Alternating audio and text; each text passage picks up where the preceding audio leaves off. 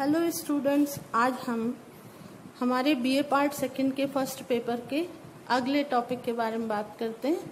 कल तक हमने खिलजी साम्राज्यवाद तक बात की थी, जिसमें जलालुद्दीन खिलजी की हत्या के पश्चात अलाउद्दीन खिलजी ने जो अपनी राजगद्दी हत्याई थी उस वहाँ तक हमने कल के वीडियो में पढ़ा था। आज हम अलाउद्दीन खिलजी किस तरह प्रशासक बनता है वो उसका आगे हम टॉपिक पढ़ेंगे।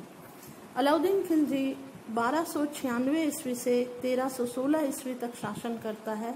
जैसा कि मैंने पिछले वीडियो में आपको समझाया था कि जलालुद्दीन उसके चाचा थे और उनकी हत्या करने के पश्चात उसने राज सिंहासन प्राप्त किया था।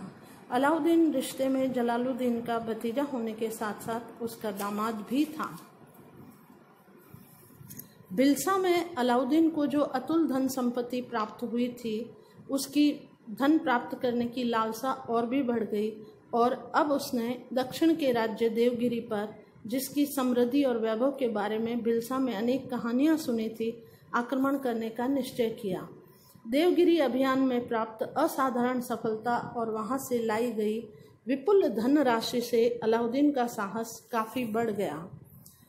हम लोग बात करेंगे अब उसके प्रारंभिक जीवन के पश्चात दिल्ली पर उसने कैसे अधिकार किया और राज्यारोहण हुआ।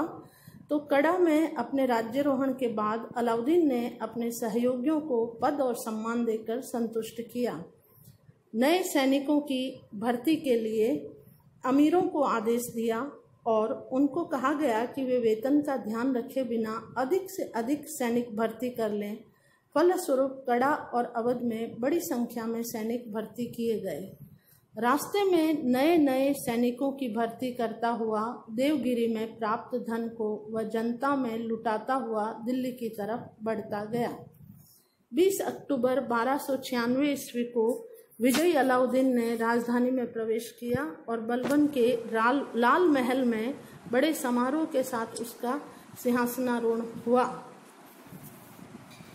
शेखों और उलेमाओं को मुक्त हस्त से उसने धन और भूमि दान में दी। इसके पश्चात दिल्ली में अपने राज्यारोहण के बाद दिल्ली सल्तनत की स्थिति बड़ी डावाडोल थी। दिल्ली में राज्यारोहण के बाद अलाउद्दीन ने एक दूरदर्शी राजनीतिज्ञ की भांति मिलीजुली सरकार का गठन किया, जिसमें 3 वर्ग सम्मिलित थे। प्रथम, बलबन और कैकुबाद के समय के अमीर जो अभी भी कुछ महत्वपूर्ण पदों पर नियुक्त थे। दूसरे, वो जलाली अमीर जो उससे मिल गए थे। और तीसरे, अलाउद्दीन के स्वयं के सहायक और अनुयायी अमीर। इस तरह 3 कैटेगरी के अमीरों को उसने प्रशासन में महत्वपूर्ण स्थान दिया। अब हम देखते हैं कि अलाउद्दीन जब सुल्तान बना तो उसके कई सामने प्रारंभिक कठिनाइयां बहुत सारी आईं। वो कैसी कठिनाइयां थी, कैसी समस्याएं थी और उनका उस पर किस तरह से सफलता प्राप्त की, समाधान किया। दिल्ली पर अधिकार करने के बाद अलाउद्दीन ने जनता और अमीरों में उदारता पूर्वक धन और पदों का वितरण करके उनका पूर्ण समर्थन प्राप्त कर लिया था और इस प्रकार राजधानी में उसने अपनी स्थिति काफी मजबूत करने का प्रयास किया। किंतु अभी भी उसके सामने ऐसी अनेकों समस्याएं मौजूद थी जिनका कि उसको सामना करना था। 90 वर्षों के लंबे शासनकाल के बाद भी तुर्की सुल्तान उत्तर भारत में दिल्ली सल्तनत की स्थिति को पूर्ण रूप से सुदृढ़ नहीं कर पाए तथा उसके लिए एक प्रभावशाली शासन प्रणाली को संगठित करने में असफल रहे। चारों दिशाओं में विध्वंसकारी तत्व उसके अस्तित्व को चुनौती दे रहे थे। तो दिल्ली सल्तनत की स्थिति बड़ी डावाडोल थी। पंजाब में खोखर विद्रोह कर रहे थे। मुल्तान और सिंध में अरकली खां के अधिकार में थे, जो अलाउद्दीन का कट्टर विरोधी था। गुजरात एक स्वतंत्र राज्य था जहां बघेल राजपूत शासन कर रहे थे। राजपूत रियासतें अभी भी स्वतंत्रता का दावा कर रही थी। कोई भी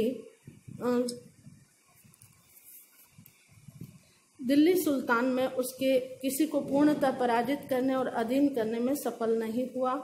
चित्तौड़ और रणथंभौर राजपूत सत्ता के प्रमुख केंद्र थे। मालवा और बुंदेलखंड का विस्तृत भूभाग अब भी दिल्ली सल्तनत के आधिपत्य से पूर्णतः मुक्त था। पूर्व में बिहार और बंगाल वस्तुतः स्वतंत्र थे।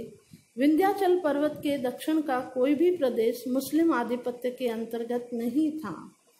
अलाउद्दीन ने देवगिरी के यादव शासक को पराजित करके उसे अपमानजनक संधि करने पर अवश्य मजबूर किया था, किंतु उसके लौटते ही यादवों ने अपनी खोई हुई स्थिति और शक्ति पुनः प्राप्त कर ली थी। वारंगल के काकतीय द्वार समुद्र के होयसल और माबर के पांड्य राज्यों ने भी अभी तक किसी मुस्लिम आक्रमणकारी का नाम नहीं सुना था। इस प्रकार अलाउद्दीन के सिंहासनारोहण के समय उत्तर भारत का अधिकांश भाग और पूरा दक्षिण भारत दिल्ली सल्तनत के आधिपत्य से मुक्त था, जिसको जीतकर दिल्ली सल्तनत में मिलाना आवश्यक था। उसके अलावा सल्तनत के लिए एक कुशल शासन प्रणाली का संगठन करना भी आवश्यक था, जो उसके स्थायित्व के लिए नितांत अनिवार्य था। दुर्भाग्यवश इस क्षेत्र में उसके पूर्ववर्ती सभी मुस्लिम सुल्तान पूरी तरह असफल रहे। इस प्रकार अब अलाउद्दीन गद्दी पर बैठा, उसके सामने अनेक समस्याएं मुंह फैलाए खड़ी थी, जिनका उसको समाधान करना था। हम देखते हैं कि अलाउद्दीन ने पूर्ण शक्ति और सुदृढ़ संकल्प के साथ इन समस्याओं का सामना किया और अंत में वह समाधान करने में कामयाब हुआ। अब कैसे समस्याओं का समाधान किया, इसे हम आगे के वीडियो में पढ़ेंगे। इसके पश्चात उसे कैसे सफलताएं मिली और दिल्ली की प्रशासनिक व्यवस्था को सुदृढ़ करने के लिए उसने कौन कौन से प्रयास किए, इसके बारे में हम आगे के वीडियो में पढ़ेंगे। धन्यवाद छात्राओं, आज के लिए इतना ही।